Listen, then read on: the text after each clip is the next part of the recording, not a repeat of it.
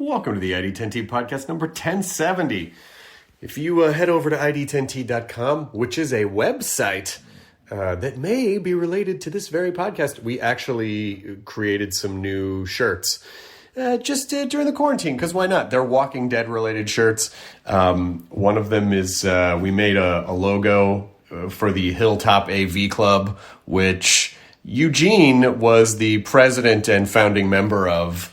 If you were up on the show, this isn't giving too much away. He had a little radio up in a room, and so we said definitely Eugene would have been president of the AV Club.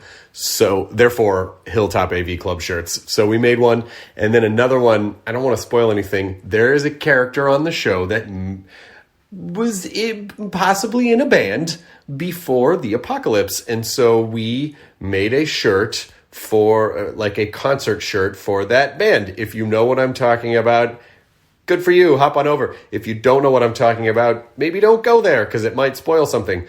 And then catch up because there's plenty of time. Time is we're wealthy with time right now to do stuff. On that tip, I'm going to say this every episode. I sincerely hope you're doing okay. I really, really, really do. And maybe sometimes you just need to hear someone say, we are going to get through this. So I'm telling you, we are going to get through this. So sending you virtual hugs right now. The ID10T community, events at ID10T.com for the corkboard to promote a thing that you made or something that you like that you want to share with the world. Like Jason, who says, I'm a longtime listener from the UK and fan that's used this podcast as a source of inspiration, motivation, and reflection many times over the years. Side note, thank you, Jason. So I've used my lockdown as an opportunity to make a thing, as it were, and create a new YouTube series called Couch Potato Playlist. It would mean the world to me if you could share it on the ID10T community corkboard, as I've loved to connect with my fellow geeks. Mission accomplished, Jason. So, if you like a light sprinkling of analysis with your reviews and recommendations, all done in an earthy British accent, then Couch Potato Playlist is the new YouTube series for you. Tune in every week, Thursday, as I look at a different film, game, and TV series. Some of my picks may be new to you, or you may know them and love them already, but either way, I hope to give you some inspiration to try something new or revisit an old classic. Films featured Return to Oz, Spirited Away, TV shows like The Good Place, Castlevania, video games like Castle Crushers and Playdead's Inside. Newest episode is focusing on superheroes and features One Punch Man Season 1, Marvel Spider-Man on the PS4, and Birdman. Well done, Jason. It's a Couch Potato Playlist. Just search for it on the YouTubes. You can get your thing mentioned if you email events at ID10T.com. And I really have been excited and impressed by the stream of things that people are making with this time that they're getting during the quarantine. You know what? We can't really control at all the quarantine or what's going on, but we do have some options about what we do with that time. Obviously not entirely. Some people have a lot of responsibilities, things to do, but we can, to a degree, kind of control what we focus on and what we do with that time. So great job, Jason, and great job out there if you're doing that as well. This episode is Dennis Quaid, who's rad. He's just the coolest Dennis Quaid ever. He's exactly the guy that you would want him to be, just really warm and open and honest. And I'm just going to say it. I fucking love you, Dennis Quaid. I fucking love you, man. Also, like, insanely talented. Like, plays multiple instruments. Is one of these guys that is just kind of good at everything he picks up, which is why I'm excited that he has started a podcast called The Dennissance, which is a fantastic name. And it's really just sort of an exploration of the stuff that he's into and people that he's interested in, sort of philosophy and deep diving and just kind of having these great conversations. And I always love when someone who's had such an incredible career and life like Dennis decides to kind of like open up the doors and deep dive into stuff like that. So check it out. The Dennissance, available wherever podcasts are. And I just really, really, really, really thank Dennis Quaid for being, again, such a fantastic guest in this episode of the ID10T podcast, which is episode number 1070. And now we commence with the rolling of the thing. Initiating ID10T protocol.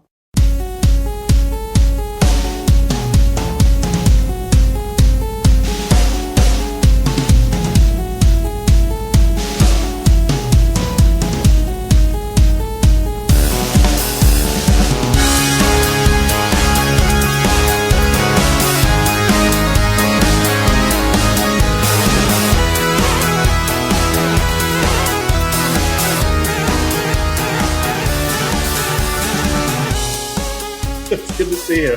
All part of the interview. So you've been doing your podcast. Podcasting. Yeah, and now you're in the podcast world, which I love. I love when people that I never thought like would ever do a podcast decided to start a podcast. Hey man, I had never even listened to a podcast until about 2 years ago, and when my friend and now partner Jared Gutstedt invited me to be a part of what turned out to be the #2 music podcast last year, Bear and a Banjo. Yeah. We did it with T-Bone Burnett and Bob Dylan and Pooh Bear. It was like a true fiction of American music, told through these nefarious two characters, Bear and a Banjo. And I had such a blast doing it and kind of realized so many possibilities involved in it that I thought I was a podcast pioneer, but you've been doing this since 2011? 2010. Wow. Yeah. It's been a decade. And there were even guys, doing it like 5 years before that. Like Ricky Gervais did them early on. My friend Jimmy Pardo's been doing it forever. Like it really wasn't until Apple created like the podcast tab on iTunes, and then all of a sudden everyone was like, oh, podcasts. Like before it was like ham radio. Like you had to have these very specific players. You had to convert audio. It was a big pain in the balls. And so it was really, really just like a nerdly pursuit. But Apple kind of like leveled the playing field for everyone. And it's been a thing. So. Yeah, it's really quite something. It's another art form. You know what it reminds me of? It reminds me of the way that it's exploding now.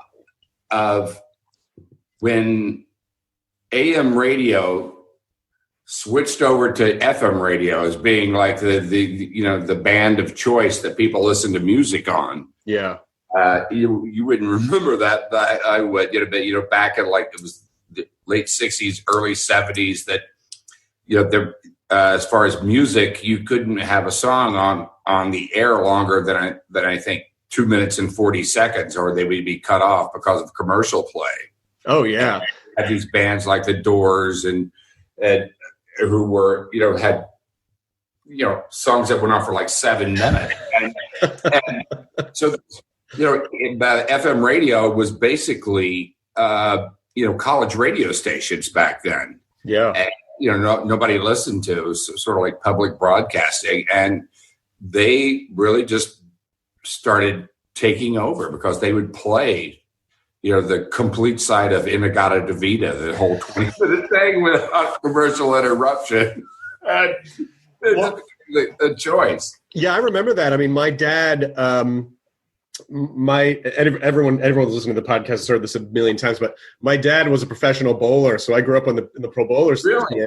And my dad hated. Was he ever like on Wide World of Sports? Oh yeah, my dad was on. I definitely saw it.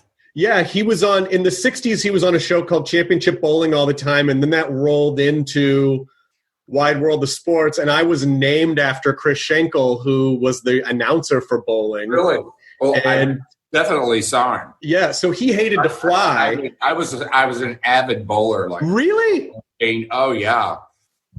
That my first I was bowling I think I had an average of like 215 or something like that. That does not surprise me because you seem to be good at pretty much everything you put your hands on, and bowling was one of those things that everyone did at a certain time. It was like a weirdly respected sport. And then something happened in the 70s, and it kind of took a little bit of my dad retired in like 75 or 76 or something, but he hated to fly. So we used to drive everywhere. So we'd be on these long stretches of road, and that AM radio sound reminds me so much of my childhood because before satellite radio, before there were a lot of metropolitan areas, you would just have these long stretches of that really thin sounding AM broadcast. And it just brings back so much memories for me. Yeah. I appreciate what you're saying about how podcasting has sort of change the way that entertainment is being done. And I'm curious to hear from your point of view, we became shorter and shorter form, kind of like what you were saying.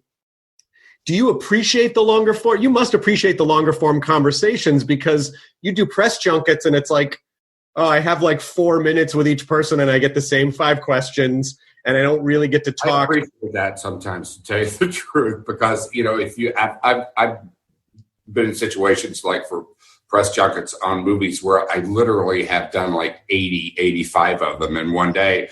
They bring everybody from around the country, from those television stations to the Four Seasons Hotel. You sit in a chair and they come in and you do the same 5 questions. And I never understood why I couldn't just do a press conference, but they want you to feel like you're at their station just doing their interview. And, I get it. Everybody has their own thing to do. But as far as the long form, I really, it's at least it doesn't put limits on something where you might be able to get something else. Right. You agree? Yeah. And also just bore the hell out of everybody. No, I don't think so, because I think what it's really done is it's allowed, I think podcasting has humanized a lot of people that we are used to seeing like two-dimensionally. Right. And not really understanding, really getting a sense of who they are. And it feels like this sort of the main difference between what it means to be a public figure in today's world versus like the 80s or even the 90s is that there was a separation between performers and the audience back then, because there just wasn't a real outlet to them. And now it sort of feels like everything's just out on the table now. So I think people like this because it's like dropping into a conversation with someone that they like. Well, there has been a thing that there has been a loss of mystery a bit with that, which I think Hollywood used to really rely on, but with social media and there's just that's not possible these days. So you have to kind of just create what you can. It's the way of the world, and I like to have people on who don't necessarily have something to sell as well. I think, and that's where I think again what you see mostly on television and in other medias. It's usually a movie coming out, and you don't really get to really learn about that person outside of the product that they're selling at the time.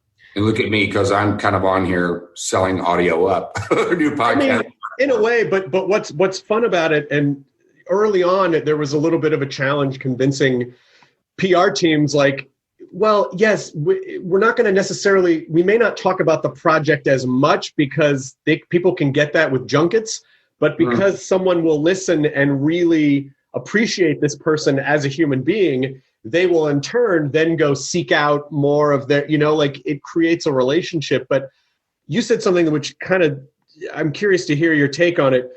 Would you, and this is going back a bit, but would you prefer that people go see a movie like, a long time ago, like Great Balls of Fire? Would you appreciate, oh, I'm going to go see this movie by Jerry Lee Lewis, or I want to see Dennis Quaid as Jerry Lee Lewis, like where people know who you are playing a character?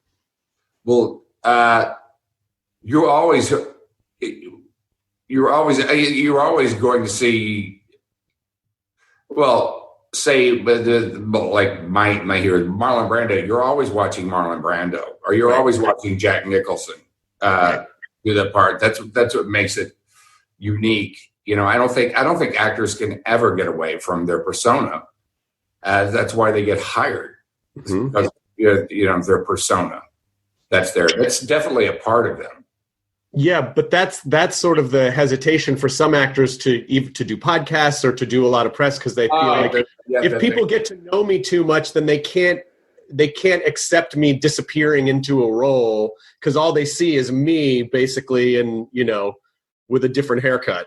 Yeah, but I would beg to differ. I would say that this is your podcast persona. What's your podcast? Have you figured it out yet? Like, how many episodes have you recorded? Well, I'm a little bit more animated, when I'm doing a podcast, because I want to keep everything moving along here. Yeah. instead of just slubbing out on the couch. How many episodes have you done? I've done like I think 8 or 9 now. That's really I've had a very lucky life, Chris. You know, the things I've gotten to do as because I'm an actor and being well known, and I get a part. The research has always been the most kind of fun and exciting part of me of acting, especially playing real people. Like when I played Gordo Cooper, who was one of the original 7 astronauts, stuff, or Jimmy Morris in The Rookie, or Bill Clinton in a film I did with about him. And it's the research of finding out about that person, and I get to go through a lot of doors that say authorized personnel only, and really kind of get to know something. Like the right stuff. I'd met Gordo Cooper. He lived 3 miles from me here, and I got my pilot's license. Doing that movie because I like to delve into everything that it's about, and you have time to do it, and so I kind of bring that to the podcast, and so I've been tapping into people that have been in my life like that have entered my life. Like I had Jimmy Morris on, who was the real rookie from that movie, to really just get a little bit deeper into his personality and his life, and just talk about things. And I guess it's also kind of like giving of myself on the podcast. The audience also learning more about me, I guess. Yeah, and you learn about yourself too. Yeah, as reflected through these other people. So you've kind of been doing a version of this for a long time, because if you're researching roles, if you're interviewing, if you're getting to know people, you're really kind of unearthing all of that stuff that makes them tick anyway. So this was just an extension of what you were doing. I've always been interested in what makes people tick. I think that's why I'm so been attracted to acting, in fact. So I brought that research process to the podcast. And it feels like you have a lot of energy because you do a lot of things. And kind of what I was hinting at with your bowling is that you do a lot of things really well. Are you able to single-mindedly focus on something? So like, I'm going to get my pilot's license. Now I'm just all about that right now. Okay, I got that. Once you get the license, are you still passionate about it, or did you achieve the goal and you kind of move on? Well, with the pilot's license, I got my license during the making of the film, but then I continued on with it right up to jets. So so it takes time to do all that stuff. I'm one of those people. I guess I think I have ADHD for sure, because I was kind of an average student, but if I find an interest in something, I can really focus on that thing. And even if I'm not naturally good at it, I will work like a dog to at least reasonably get there.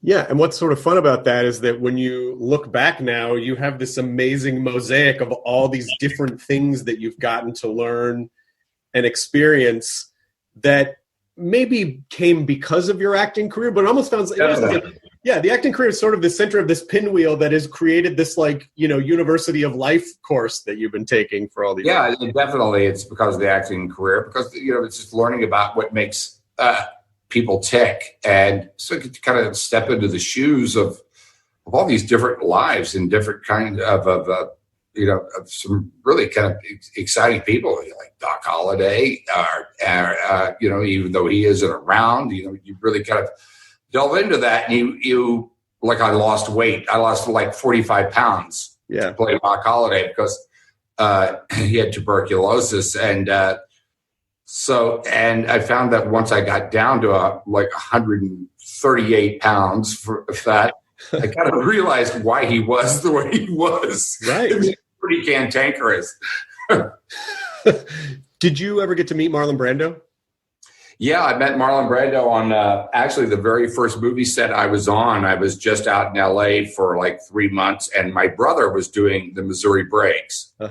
And that was up in Montana, and he wanted his car up there. So I drove the car up there, and I wound up staying for 3 months.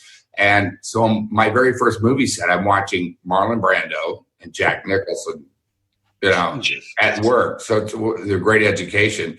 But Marlon, it was idle. And as time went on, about the second month, the Marlon had to play the mandolin in this one scene, and he didn't play mandolin. And they said, "Hey, anybody here know how to play the mandolin?" I went, "Oh yeah, I know how to play it." I did not know how to play it. But when Marlon Brando comes calling, you learn. Well, I play guitar, so I went out to the music store there in Montana and got a book of mandolin chords. And, like 3 of them, all I need. And so next thing you know, I'm like 2 hours in Marlon's trailer. Oh, my God.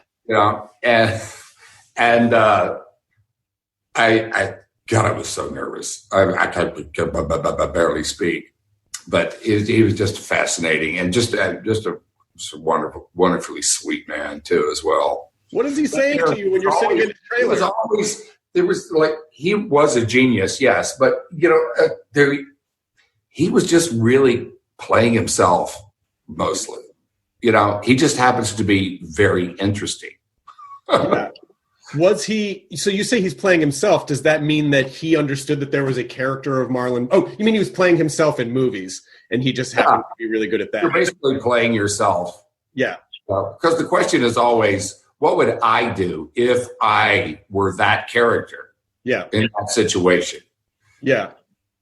But do you think he was, because obviously that was a period of time where when you were that famous, it could really, it still can today, but I feel like we have much better understanding about therapy and community, but you could really just evolve into this weird little isolated bubble. Where you didn't really understand or connect with other people and no one was really there to help you out. And I feel like that could really have fucked with a lot of people's heads.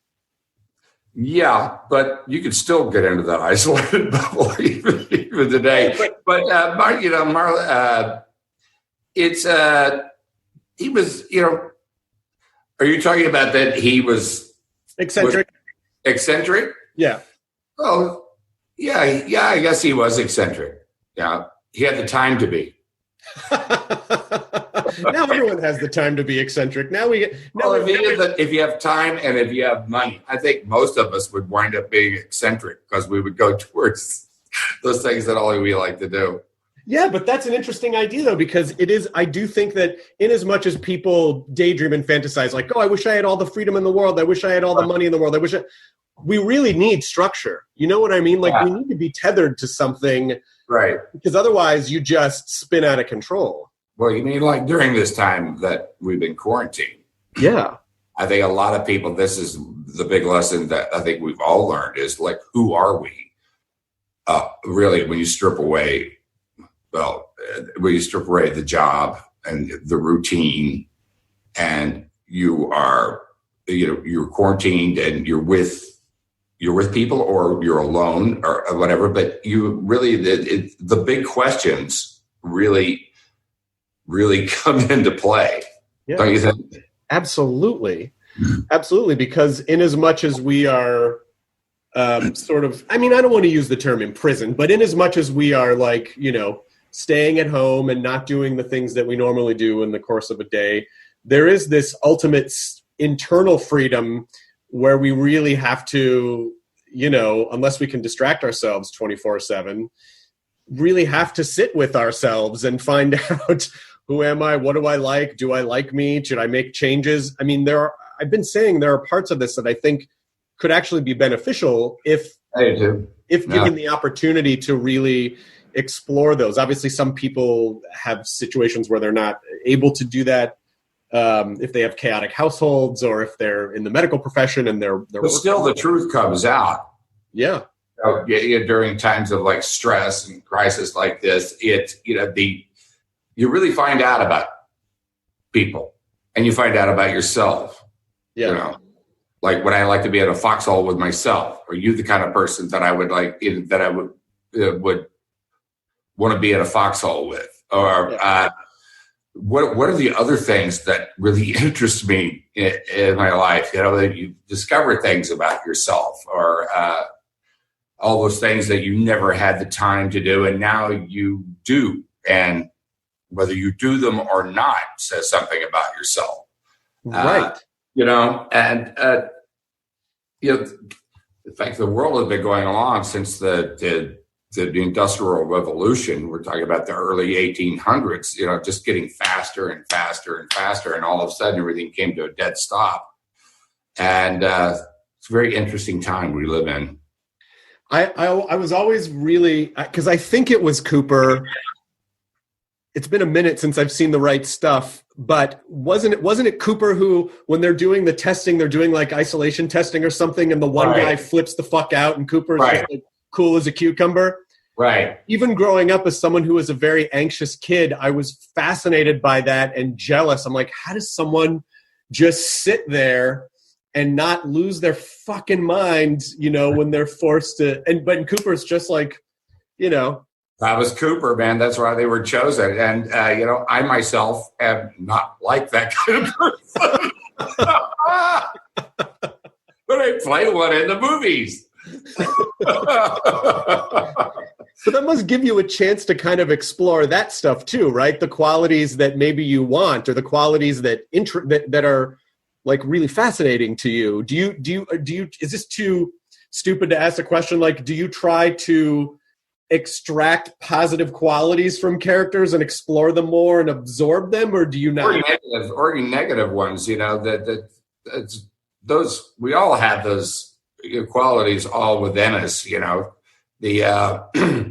but you know, it's a little bit like when we were kids, we would play all kinds of games, you know, which would be hide and seek, which would turn into war or capture the flag or whatever it was. Mm-hmm. You know, and you would have these imaginings of yourself in that situation. Or like, let's say I went out for the football team when I, you know, in high school, because I grew up in Texas, and it was just, that's what you did. Mm-hmm. You were right out for the football team. And I, you know, I could catch the ball pretty good, but they just laughed me off the field because one thing, I was too small. I was a late bloomer.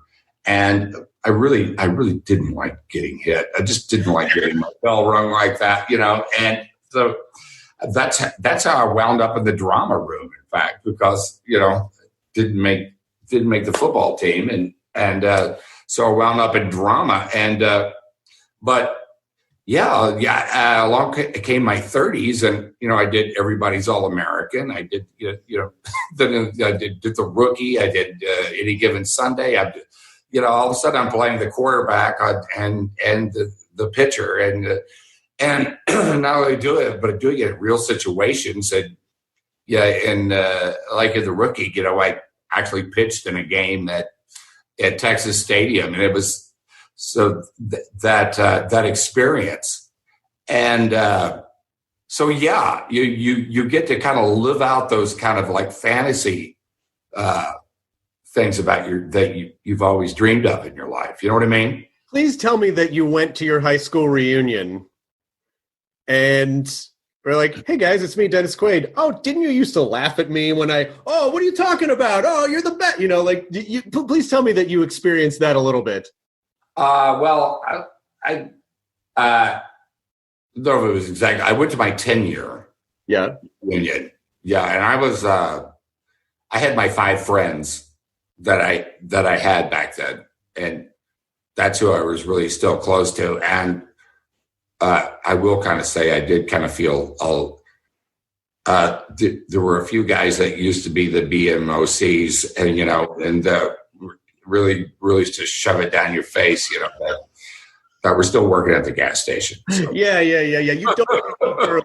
You do not want to peak in high school. I always, you know. When people say, oh, I don't feel like I fit in, I feel weird, I go, that's good. Go with that.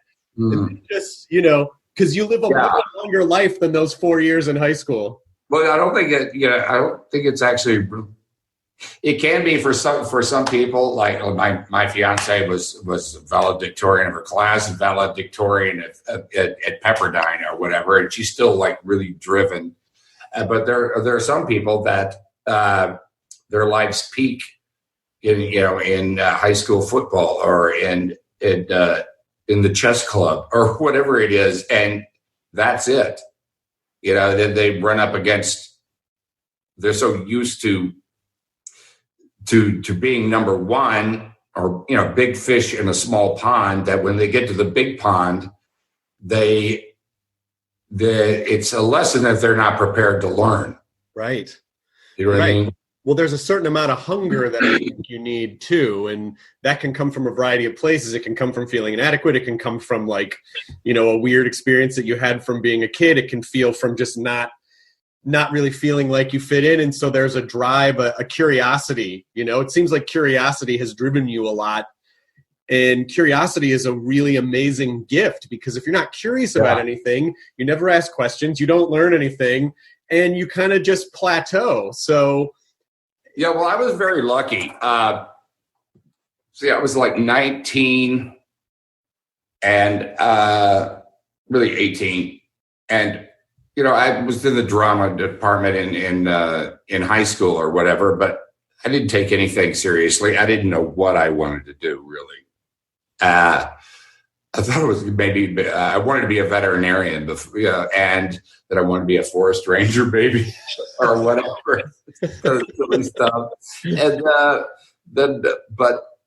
I wanted to be a musician. But I was when I got to college at University of Houston, and I went there because I grew up in Houston, and there was this one teacher there at the University of Houston that my brother had. His name was Cecil Pickett, and I was in his class for 1 week, and I knew what I wanted to do with my life, and that is a real gift. Yeah. To be to get at that age, because it sends you on a course where you can focus on something, and it's really tough on a lot of people of not they get into their late 20s or even into their 30s, and they still haven't found that thing that really turns them on, that they want to devote their life to. And they're maybe in a humdrum job just to make ends meet, but they don't really follow the passion. It's a real gift to have that, because if you can, and I tell my kids this too, is find something that you really love to do, and then figure out a way to get paid for it, and you'll have a third of your life figured out. Well, and the beauty of the culture that we live in now is that there are so many opportunities to get paid for those kind of weird niche-y things that it wasn't really an option. Like when I was born in the 70s and I grew up in the 80s, and there were standard sectors that you could work in, but if you had like a weird hobby or something, it was very difficult to turn that into something. Yeah, like a slot car racer or something. Yeah, exactly. You were just a weirdo. Well, you would be probably an FM radio, now. Yeah, I guess so. Yeah. Right? Yeah. Yeah. But it was really it was just such a different time, and now there's so many opportunities for people to. I mean, you can work from home, like we can work through the internet. People can be self-starters. There's so much more opportunity to be entrepreneurial now. But for people who aren't who don't by kind of happy accident fall into the thing that they discover is their passion, do you have words of wisdom for people who go, fuck, I don't know what I want to do. I just don't know if I like anything. Well, I just, like I said, what do you love to do? Everybody loves to do something. Yeah. And that's the thing that you'll be good at, that the money will come even. And it doesn't really matter about the money. It's the money will come. What is it that you originally wanted to do? Me personally, I'm a stand-up, and I always wanted to do stand-up. In the 70s, when Steve Martin started appearing on SNL, my parents noticed that I was very fixated on him, and so they started buying me Steve Martin albums, and my parents were really cool. They had no content filter, so they just bought me like Richard Pryor albums, and my dad would record Sam Kinison on HBO, and so they just fed that. And then, I ended up becoming a stand-up, but then, you can do a lot of things with stand-up. You can host television shows, you can act, you can do podcasts, you can do whatever. So That was it. Like, I knew from age 5 that that's what I wanted to do. Wow. But I was lucky that I had cool parents, they fed that. Were your parents? It was a natural thing for you to do, but what did your parents do? What was your dad's job? My dad was a bowler, and my dad, that's full time. Full time, yeah. My dad's like a Hall of Fame bowler. Like, he's one of the greatest bowlers in the history of the sport. Wow. And so he retired at 34, and then he opened a bowling center in 1981 that's still in Memphis. He died in 2013, but it's still there. Yeah. Stepmom runs it, and his thing was like, look, I don't care if you go into bowling, but I pursued the thing that I loved because I had a very oppressive father, so I left home and pursued the thing. And so I, in turn, want to support you, whatever you want to do that makes you happy. My mom was the same. That's fantastic. Yeah, my parents were basically the same too, that they sort of encouraged and cultivated my interest.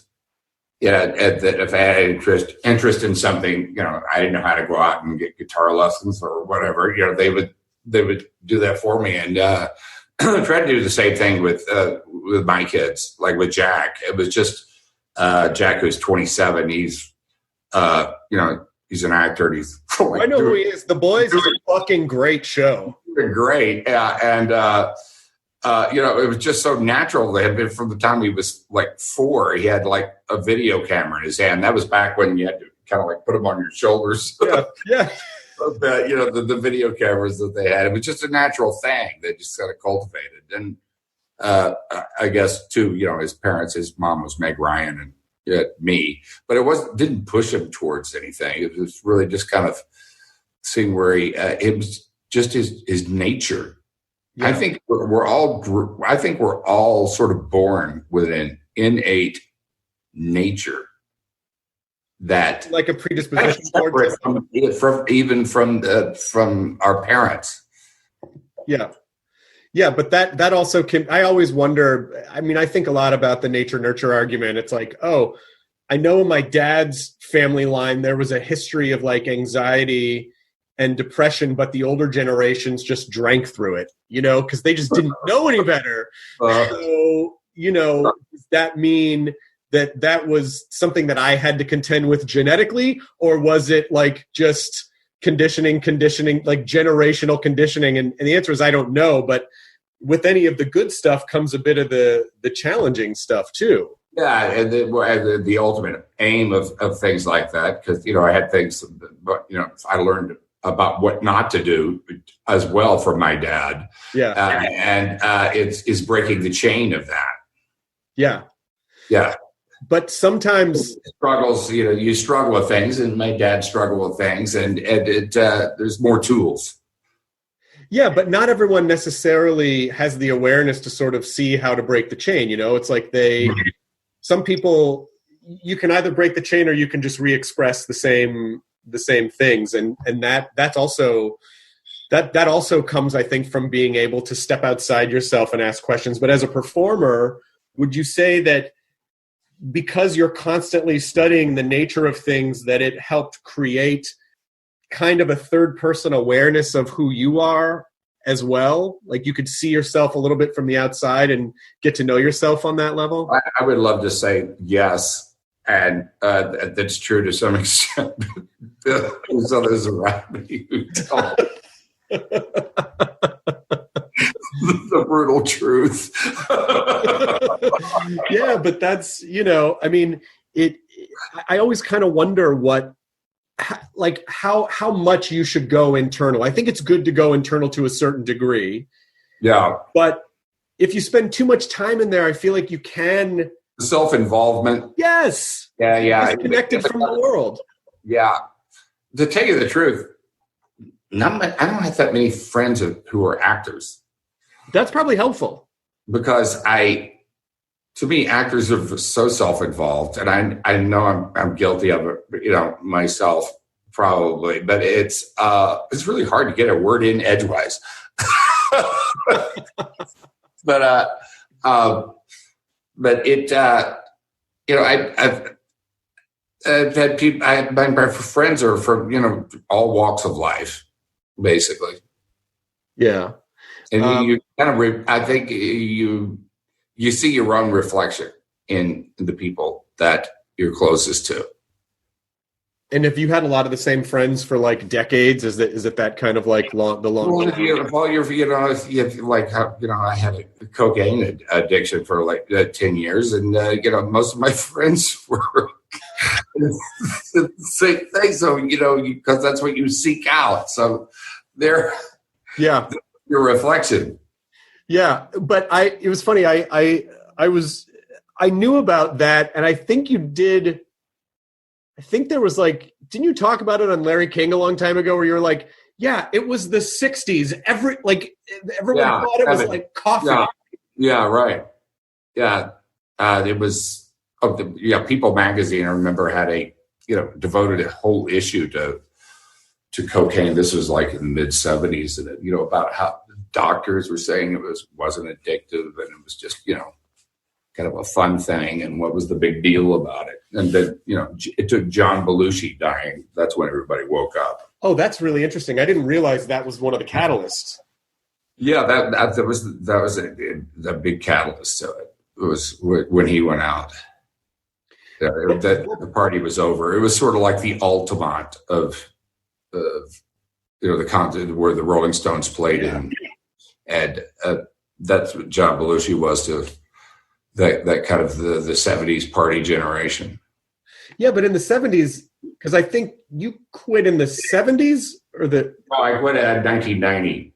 1990. And so what was it at that point that made you decide I don't think this is a great choice anymore? Because I've been sober for 16 years. I was a drinker. And I'm always curious to hear what's the thing that kind of makes people go, oh, because you really have to want to quit. You have to really, or it's difficult to make it stick. Yeah, you can want to quit, but you still wind up doing the same cycle over and over again. And it was it's kind of a grace that I had one of those white light experiences. I had a band called the Eclectics, and the very night that we got a record deal, in fact, we broke up in the dressing room backstage, and it was because of me. Really, I was just kind of out of control. I was like what I consider out of control. I mean, I hear a lot more like horror stories, of other people that at least I'm not like that, but I was out of control. I went home and I had one of those white light experiences where I saw myself either dead or in jail or losing everything that I ever worked for in life. And for some reason, it really sunk in that night. And the next day I went into rehab, 28 days, and I was lucky I got it the first time. Oh, that's fantastic. Yeah. That's fantastic. But I also wonder, 4 years of depression and just wanting to go back there and feeling uncool, and when you finally do make the decision to I don't know, you tell me if you had this experience, when you got sober, you expect things to get better as far as and a lot of times they get worse. That for one reason or another, that it takes quite a while to come back. Yeah, because I think getting sober is the first step in you just have to clear off the table so you can start doing the work and also you do arrest a lot of your emotional development when you're on substances all the time. So it's not like your problems are going away. You're just numbing yourself to them. So you have to then kind of deal with them. And I think that's why we'll just deal with shit a day at a time. Because if you thought about, oh, this is going to be like a 4-year journey, you'd go, I don't want to do that. Yeah. That sounds terrible. No, I'm not signing up for that. But when you get to the other side of it, you realize, oh, okay, well, that was worth it because now I I feel so much more, grounded, or I feel like myself. But you have to did it take you about 4 years to kind of establish the new normal? Yeah, for one thing, your nerve endings that need to heal up, and your routine is completely different, and it's kind of like I always say you really got to be careful what you ask God for, because He just might give it to you, and it's never what you expect. Oh, yes, it's never what you expect. I love that you said that, because I had a really strong thought of that a couple of days ago, that our brains tend to simplify things. If you're in a situation that you don't love, you go, if I only had this, if I only had more of this or more money or that, or if I dated that person, or if I had that thing or that job, your brain doesn't really understand that there aren't simple solutions. Like, everything comes with everything. Yeah. There are a lot of things that go with that change it, fundamentally change everything.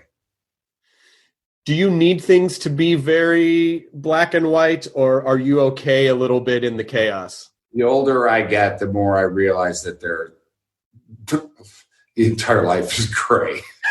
The shades of gray going to black, and you can be both things at the same time. Yeah. That I used to think, well, I either have to be like this or I have to be like that, and even having the thought of kind of wanting, when I made peace with that, things become a lot easier. It's just the day-to-day life. The struggle is, you call off the war, and just allow you're a human being, just allow yourself to at least in your mind, be all those things. Right.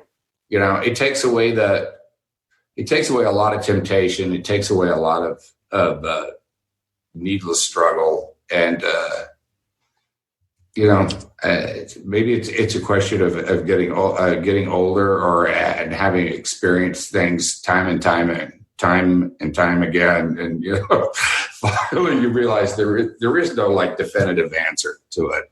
It's just what you do when you get up that day. That's a good way to think about it too, because I think we do, in order to try to gain some semblance of control over our world, which again is an illusion. Yeah, that is the key. We're always looking for control, isn't it? Yeah. Aren't we? Yeah. And that's the other thing that's interesting about this quarantine is there's no control. The idea, these ideas, a year ago, if you said, oh yeah, someday pretty much the world is going to shut down, and you'd be like, are you fucking, nothing's going to be open, fuck you. Yeah, and now we realize it was all an illusion. The sense of control that we had was all an illusion, and we have to be okay with that. Yeah. You're not okay with that. But well, you can fight it, but it's not going to change anything. No, it won't change anything. I think I have about 15 minutes left with you, so I want to cover a couple things very quickly. Number one, please make a sequel to Dreamscape. It's one of my favorite movies from the 80s. Wow. And I think it could be so fucking cool now. Now with special effects and everything, I would love for you to reprise that character. I don't know if you like working on that film or not, but I thought it was a fucking great movie. Interesting, because I did this movie. Are you Are you in the house alone? The movie, the Intruder. Yes. The Intruder, that just came out a couple of years ago. About a guy who sells his house to this. Yeah, couple. And then he keeps kind of harassing the couple. Well, that was the same writer as Dreamscape. What? Got to talking, and I think it would be a really great idea to do it as a streaming television show. Yes. Dreamscape, and I could play my own character, and that I had, and Kate Capshaw and I would have a son. Yep. That I didn't know about, and he would be what was my character. I think it would be really interesting to do. Return of Snake Man. And that guy, his name was, he's got like the most Irish name, David Patrick Kelly. Yeah, that's it. David Patrick Kelly. Listen, maybe 3 years ago, I soft pitched to AMC Dreamscape, the series. Really? Yes, because I really feel like there's room for it now. So I don't know. I just wanted to flip it out. David Patrick Kelly character. Well, yeah, because he's dead. He had a son somewhere too. No, but he's still alive in your dreams, man.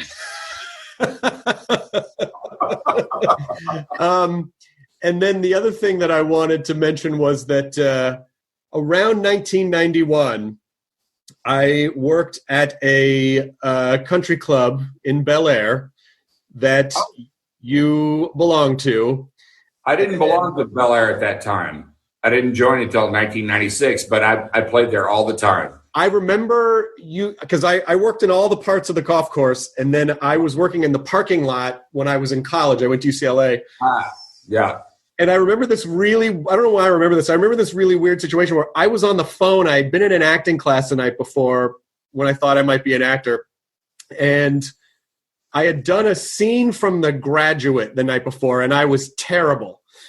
And I said something like, oh, yeah, Dustin Hoffman was way better. I made some joke about Dustin Hoffman and you were standing in the parking lot, and you came over and you go, you did a scene with Dustin Hoffman? And I was like, oh, no.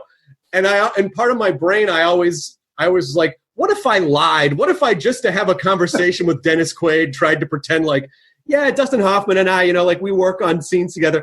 But I'll never forget how you were one of the only people in that club who was genuinely interested in people and things. And I don't know, it was such a refreshing, you were so personable, and I always appreciated that. Well, I just figured, I must have just figured that, it was like you, I'm sure, because you're younger than me or whatever, I must have seen myself in you, like in acting class or whatever it was, or must have seen your demeanor and came over to you to talk to you about it or something. You were very kind. I really always appreciated that, because you really, and that's, again, to anyone who is around people who work in any kind of a service industry, like, be nice to them because they'll never forget it. You know what I mean? Well, I was a waiter, I was a waiter. I was a busboy. I was a door-to-door salesman. I was that's working for a living. What do you sell door to door? After working there in the parking lot, was working for a living. What did you sell door to door? I was a Fuller brush man. Oh my gosh. Yeah, I sold those pure boar bristle brushes and tile and grout cleaner to door to door. Talk about getting. This was in Houston, like back in the early 70s, and I would even take to putting on what I thought was an English accent back. Get people to stay at the door. They probably didn't know any different in Houston. They never meet anyone from England. Honey, there's some weird British kid at the door. Do we need brushes? In our front door. Come and listen to this. You know what's great about that is that you basically, as a door-to-door salesman, you were primed for the consistent rejection of the entertainment business in a way that most people are not. So it was great training for that. That's why you never know. There is no wasted time in life at all. It's all training for something else. That's a really great way to think about it, because I think a lot of people think, I wasted my time doing this. I wish I had done this sooner. But if you look at everything as training for the thing that you ultimately are going to become, that helps kind of accept life. Yeah. Like, for instance, Chris, you don't know, this podcast thing may be leading to something bigger. Yeah, look, it could, maybe. I just like doing it. Like, I have a natural curiosity for people. I like talking to people that I respect. And I just like connecting, but I really like to learn from, like even like there have been like 4 or 5 things that I'm making mental notes of that you've said that I find incredibly helpful. It is, the podcast for me is almost kind of a selfish pursuit, to be honest, because I'm just trying to learn from people who are smarter than I am. You're pretty smart yourself. Well, I appreciate that. How is your? Are you practicing a lot of music sitting at home? Yeah, in fact, I've been playing piano like 4 or 5 hours a day. Nice. I can because I've gone back to all the Great Balls of Fire stuff, which was another thing. You know, I played Jerry Lee Lewis, and you know, he was there on the set every day. He was over my shoulder going, "You're getting it wrong, son." And but he was also one of my teachers at the same time. You know, the incredible generosity of that. And and you know, I learned how to play a lot of that stuff, you know, pretty well. But I've kind of given myself sort of a master class in it now to, I mean, really sit down and blow myself up with piano. It's an incredible instrument to play. It's just you can just keep going and going and going, and it just gets better and better. I love it. I started taking lessons a year and a half ago almost, and I now take them via FaceTime or Zoom. And the thing that I really love about it is that I find it to be frustrating, but very much life lessony, because the only way to get better is to put time into it, and you have to do everything as slowly. Like, there's no way to rush through it. You can't play it slow. You can't play it fast. What did Jerry Lee Lewis teach you about playing piano? What he taught me was that it's especially, you know, with that kind of music, it's this hand, left hand. If you can get the left hand going, then everything will take care of itself. But it's this left hand, which has got to be so athletic. It's an athletic thing. Oh, yeah.